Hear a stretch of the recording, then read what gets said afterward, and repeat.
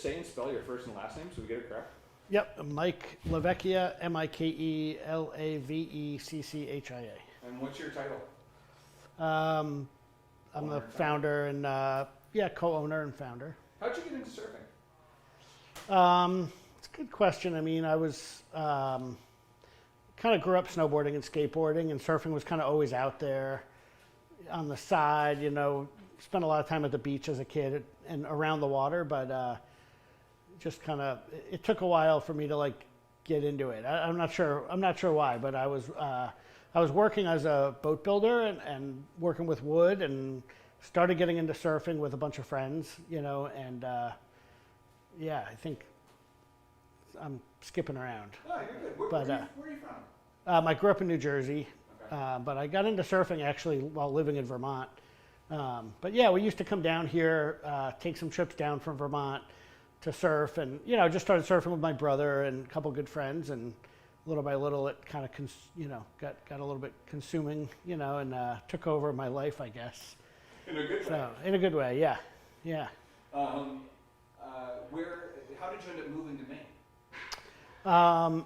So we were coming here to surf quite a bit, and the area, we just really loved it. And I worked with a boat builder who grew up in this town, is from this town and works here. And so I used to come down to visit him and to surf and hang out. And one day we saw this old house for rent here in York, up on the Nubble, not too far from the beach. And I was coming down to go to a boat show and stopped by the house, and just kind of fell in love with it and filled out an application. And the next day he said we could have it. So, a bunch of friends and I kind of decided to come down. We thought just for the summer, just like a change of pace. And then we never left, and this started. And we just really, it was that house. It was this beautiful old carriage house here in York that just felt right, and we spent 10 years living there. When did you open up Grain? We started in 2005. And Yeah. what prompted that? What made you decide, hey, I'm going to shift from boat building to making wood surfboards? It's a good question. And so I was working as a boat builder, and I was working with a lot of woods that actually are pretty similar to what you would build surfboards with kind of back in the day before there was kind of modern materials. And as I got more and more into surfing, I started to see the similarities between boats and surfboards in terms of their history, their designs, the construction, the materials, and just started to kind of wrap my head around, how could I build my own surfboard, using wood and using some of the methods that I was kind of learning through boat building. And, the idea of kind of shaping a foam board wasn't that enticing. I just didn't, it wasn't a process that I was comfortable with, because I'm used to building things up, with materials versus taking something that's reductive, taking something that's oversized and shaping it down. I couldn't wrap my head around that process. So we were using some cedar from here in Maine, the same cedar that we use now for building hatches and decks on boats, and I just kind of fell in love with the material, and I thought, hey, let's try building a board. So how'd the first board go? It took on water immediately. It was not watertight, but we used it a few times. It's hanging on the wall, here in the shop. It's still beautiful, but, and it was kind of a concept that we were trying, like how to build a board using kind of traditional methods. Like most surfboards, even our boards are wrapped in fiberglass. They need something to kind of keep them waterproof. And that board, we were trying to do it in a way where like you didn't need glass, but with a hollow wood board, with the type of construction we use, they really do need some fiberglass. So yeah, that board lasted for a couple months. Now it's kind of up on the wall, but part of the evolution. And you guys are using all Maine wood, is that right?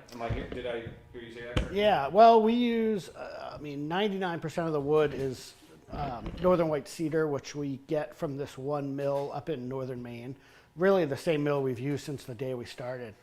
The only wood we use that's outside of Maine, we use a little bit of red cedar for accents, and that almost exclusively is like reclaimed, recycled wood from local builders that we know that, tear apart a deck or a gazebo, and, it's this beautiful red cedar.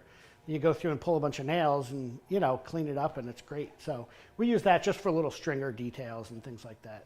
Nice. Yeah. How does it feel to you, because you talked about this a second ago, to be making wood boards as opposed to something out of foam, you know, that's what people think of now as a, you know, fiberglass surfboard, and kind of harkening back to that kind of like traditional style. I mean, what's that like for you? It's got to be kind of cool.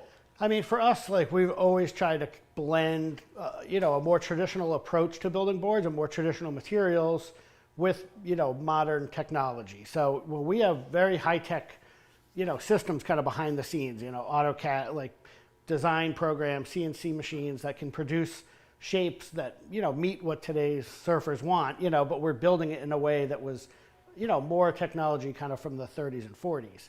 So we're really combining like this, you know, old style method with modern shapes. But the one thing that's really important to us is kind of sharing the process with other people. So, you know, we're not just a factory kind of putting out surfboards. We want people to enjoy the process, get into it, understand it, you know, and kind of have a little bit of a connection with the board. So, you know, we sell kits and we teach classes, and, you know, really getting people involved in the process just feels like they're kind of getting, you know, they're getting a board that means something to them, that it's more than just a surfboard. You know, it's like it's the experience, you know, and it's something that they're going to have forever, which is important to us. I was going to say, why is that important to you, that they get to have that connection with the board? Honestly, I think like in the early days, we love building boards. I mean, every time we start a board, even after 16 years, it's like, it's exciting. You know, we really enjoy the process, and it felt a little bit selfish in the early days just to build boards and send them to people. And, you know, the process has a lot of rewards.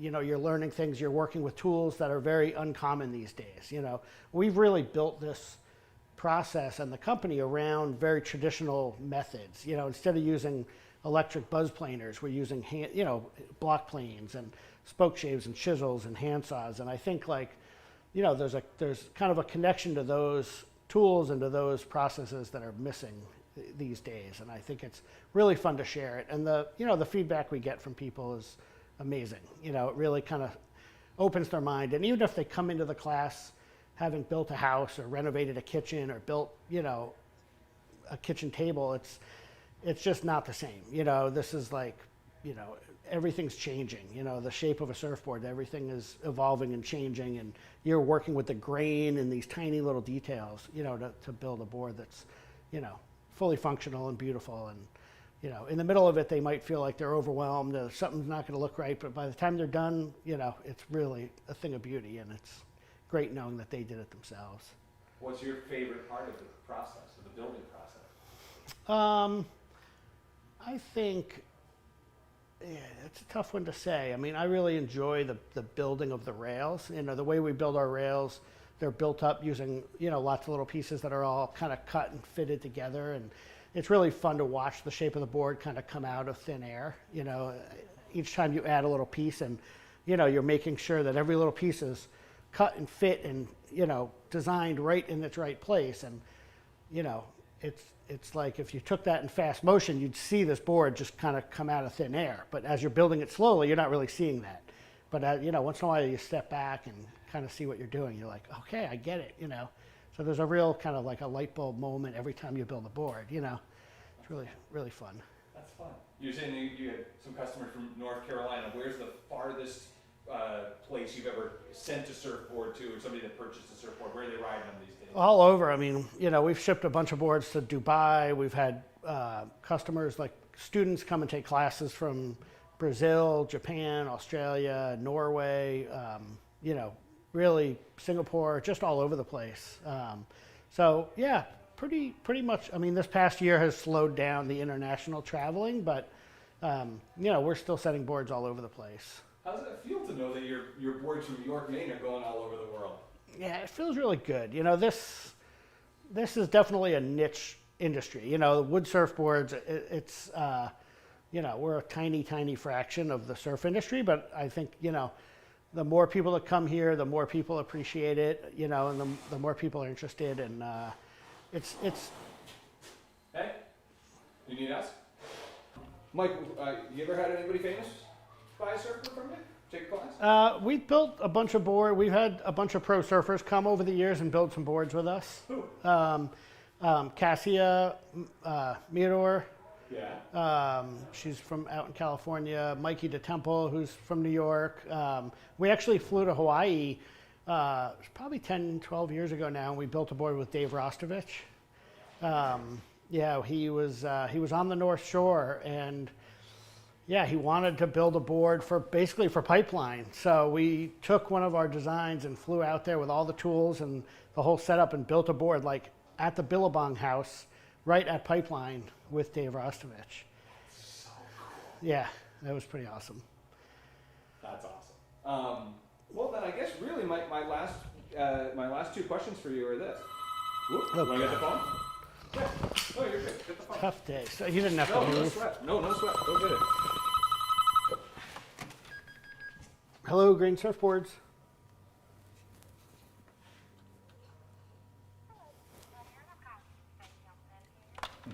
You have Spam. I was going to say your extended warranty on your Yeah, car. that's exactly. So many of those calls. I got Or one. your Google ad is expiring. It's like, Is it now? yeah. There we go. Cool. So then, last two questions are this: what does it mean to see surfing, finally represented at the Olympics? I mean, on the world stage, we've seen it in the X Games, obviously, and we obviously have plenty of surf competitions here locally and all over the country and all over the world. And there are great surfing spots all over the world. But what does it mean to see it represented at this level?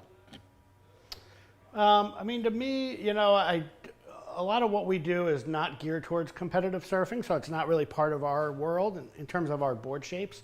But, we all benefit, everybody in the surf industry benefits from, competitive surfing pushing the limits of what people can do and what boards can do, and how they perform. So I think, seeing it on that level, is a huge thing. And I think watching some of the younger people that kind of grew up learning to compete since they were 3 and 5 years old and seeing them now, at the Olympics is just a huge, accomplishment and is, a great thing on that level.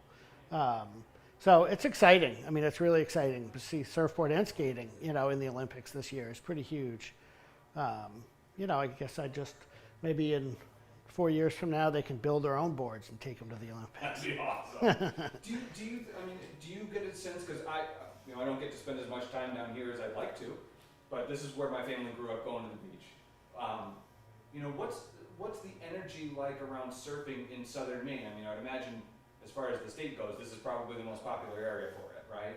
I think southern Maine, it generally is like a pretty popular spot for surfing. I mean, there's a lot of it. There's definitely, we get a big influx of tourists, and I think surfing is huge right now. Stand-up paddling's huge. There's a lot of lessons. There's a lot of rentals, and I think it's been great, for the economy. There's a lot of surf shops that, within 20 miles of here, there's probably 8 different surf shops now, and I think it's, it's awesome. And really, what that also has done is there's a lot of smaller companies and like shapers and, product people kind of like us that are springing up. I mean, it's fun to think about there being like a small, micro surf industry popping up here in New England, because there are guys making fins, custom surfboard fins. There's lots of shapers. There's, just really good product people that are making top of the line equipment that are getting recognized, all over the world for what they do. And, New England's known for its, its kind of craft and its traditions and technology. I mean, this area, people have been building boats and, pushing the limits of what's possible here for a long time. And I think it's exciting to kind of see that moving in a good direction, and certainly inspired by, surfing moving in this direction. I think you nailed it. Cool. Is there anything I didn't ask you? Anything I didn't ask you? No, I don't think so. Cool. Yeah, All I feel right. good. Well, we'll Just look make forward